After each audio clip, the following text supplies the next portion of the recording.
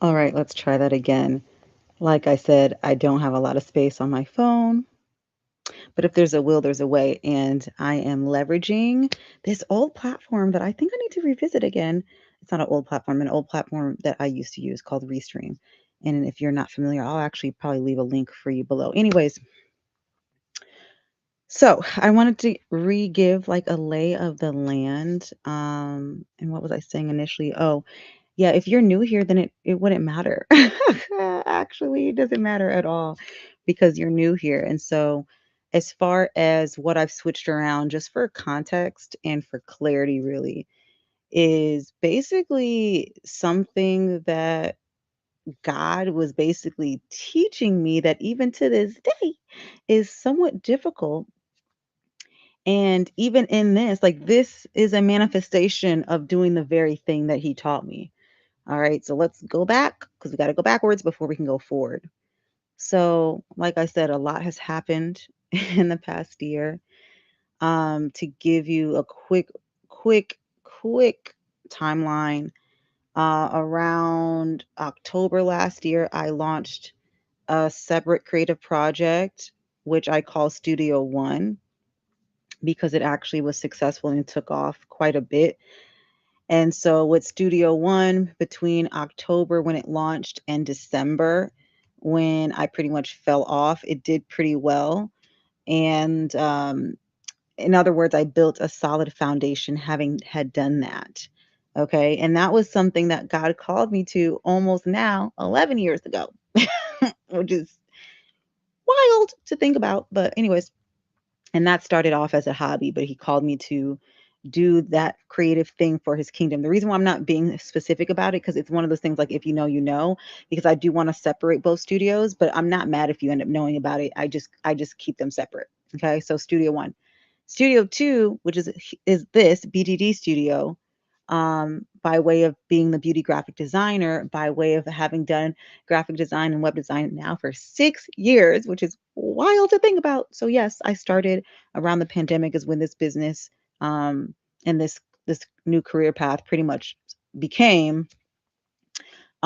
This has kind of always been a thing, and I attempted the business route probably about 2 years into have done it, excuse me, so about 4 years ago. The thing is, I don't consider it successfully launched, even though I technically launched it before Studio One. But anyway, Studio Two is getting a whole revamp restructure, which I've been building now for the past month and a half almost. Yeah. So I'm calling it BGD 2.0 for that reason. And so it's a completely redone infrastructure. I have so much clarity on not who I want to serve, how I want to serve them, but like what that actually looks like. Having had experience in the game at this point, like I said, for 6 years. And it's just a beautiful, amazing thing. Now, before I even got to this BGD 2.0, however, like I said, I fell off in December. Okay. I got really depressed in December. I had gotten sick as well. That had a lot to do with it. And for basically 4 months, guys, like 4 hard, dark months, I was MIA. I went ghost. I was even ghost to myself, by the way. So I didn't really talk to anybody. I was extremely isolated.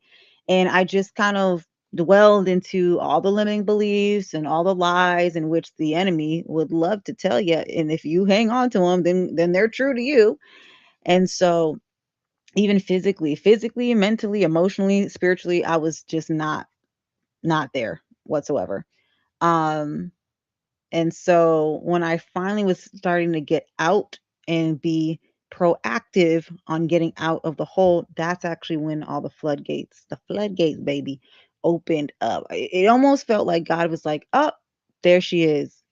Go time." Now, it wasn't peaches and rainbows and gumdrops or whatever. So let me preface this actually. Um, Unbeknownst to me, which I ended up finding out on May 1st to be exact. The whole time I was dormant for those 4 months, God was still working behind the scenes. And with Studio One, my other creative outlet and calling, if you will, it like took off. And I wasn't even there. I was, like I said, I was ghost. I wasn't showing up on social. I was completely dormant. Like I might as well have been, without saying it. And He just showed me like, because you built the foundation, you actually had something out in the world for me to go ahead and use. I mean, I'm God, I can do anything, but I won't. The thing is, I won't do anything if the thing doesn't exist. Okay? James 2. Faith without works is, you know, it's dead. You cannot perfect anything that's not out in the wild, that don't exist, babes. And so that was the lesson I learned there, and it blew my mind. Okay, the milestone I had hit on May 1st, too. God was like, I'm going to use a very specific day for a specific reason, which at that point I was about 2 months out the hole, creeping out the hole. Now I'm going to go back. I know I'm all over the place, but when I was proactively getting out the hole, he also showed me how much I did not trust him, and I was like, God, what you talking about? Like, I love you. I trust you. I love you. All the things. And he's like, yeah, yeah, yeah, that's cute. And it sounds great. And I know you're my child. I know you're for me. But I also need you to know you don't trust me like you think you trust me. And here's why, right? I already knew that I struggled with extreme perfectionism, which is tied to my childhood, expectations from my childhood, and da da da, da, a lot of things that we can all go back to our childhood, right? And connect the dots with. But I thought I had overcome quite a bit of perfectionism. Unbeknownst to me, I had not fully overcome, and probably still, can overcome even more, right? But at the time, he showed me that I didn't fully trust him, that I was still seeking not only internal, but external validation. And in that, I didn't fully trust him, right? Because what's for you is for you. And when God calls you to something, that's literally for you, right? Through your gifts that he also gave you since you were a child.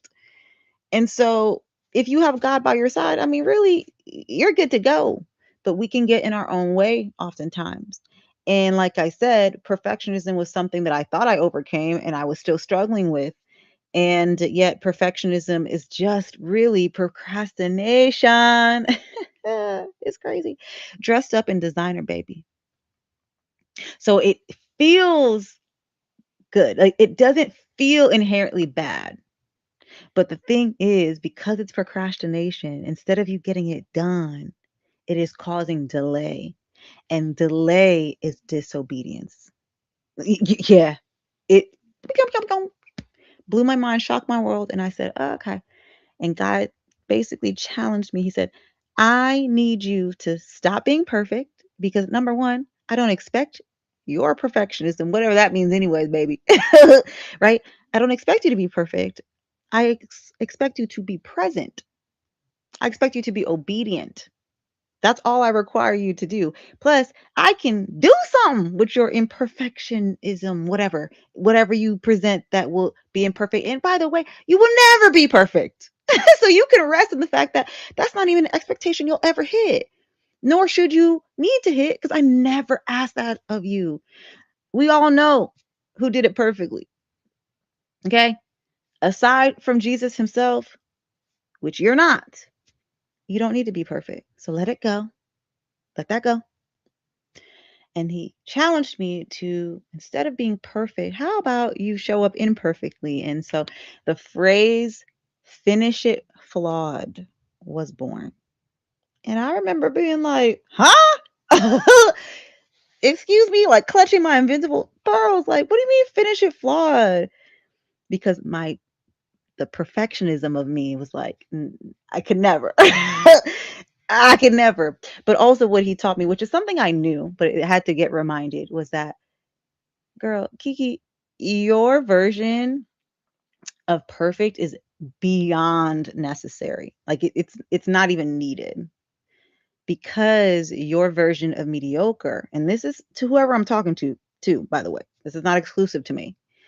Your version of mediocre is actually someone else's masterpiece. In other words, all you have to do is just enough, and that is enough. You don't have to do the most. You don't have to do too much. You just don't. And so I remember feeling like, finish it flawed. Okay, finish it flawed. Okay. And so when I was actually needing to get things done and actually finish things flawed, y'all, it was the most uncomfortable thing ever. But then I realized, wow, you never grow from your comfort zone. It just never happens. We hear this time and time and time again. No one grows from their comfort zone. And so I put it on a post-it, which I have tons of post-its at this point, which are partly Substack. Some of them still need to become Substack notes. And that was what I anchored in how I showed up, and I became relentless. I also anchored myself in the identity that God has given me, not what I gave myself, not what the world has given me, but what does God say I am? Imago Dei. Imago Dei, for starters. God says we are all made in his image. Okay, so what does that actually mean? Because God is this amazing, magnificent, brilliant, genius thing, right? Okay, well, you were made in his image. You have yet to tap into it. And so that's where all of this comes about. That's where Finish It Flawed comes about. You have a vision, right? You have the calling, right? You been had the assignment, right? If I took a lucky guess, you probably have had this assignment not for months, perhaps at least a year, maybe years. There's no shame, by the way. I'm just calling it out because I literally had to overcome this, still overcoming it. And I'm challenging you to do the same because this is an act of obedience. Okay. All the planning, all the prepping, all the strategizing, all the needing to get ready. That's cute and that's great and that's awesome. But you also need to move. Okay. Clarity does not come from being stagnant, it comes from starting. And so I invite you and I'm offering you to rest in the fact that you can finish it flawed. That's literally what I'm doing. The old Key would have never done any of this. And that's the point. Then it would have never come out. Then it would have never happened. And just like I let my Substack sleep and collect dust for a year, years pass by because you're so worried about it looking prepped and primed and polished when God didn't say to do any of that and doesn't require any of that. He just requires your presence. So I hope you are committed now. Hopefully, this message stung and resonated just a little bit for you to move.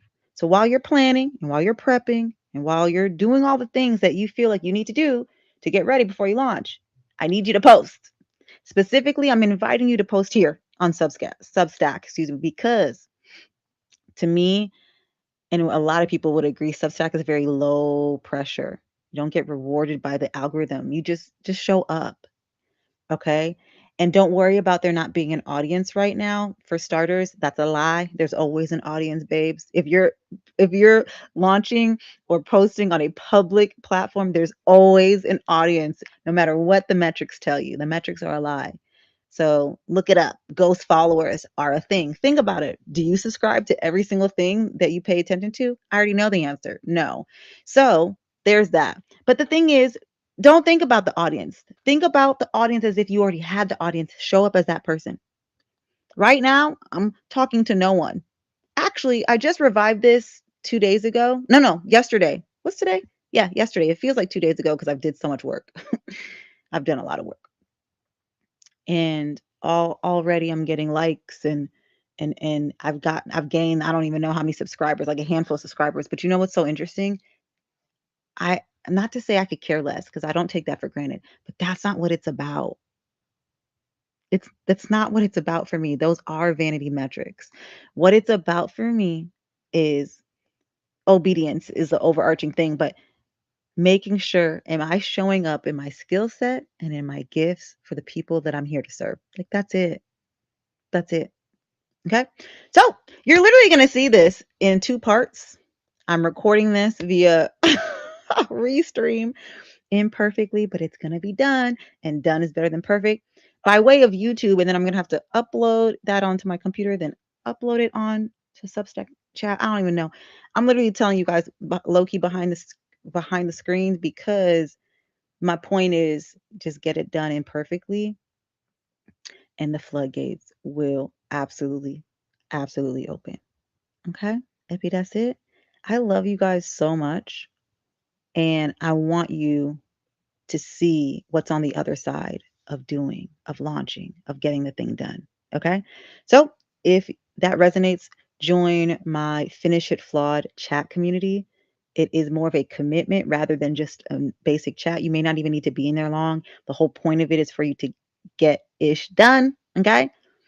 Because again, clarity doesn't come um, before the planning, it comes after. Oh, sorry. Child, I'm getting my own thing wrong. I'm tired, y'all. Clarity comes after you start. There it is. Finish it flawed. All right. See you guys.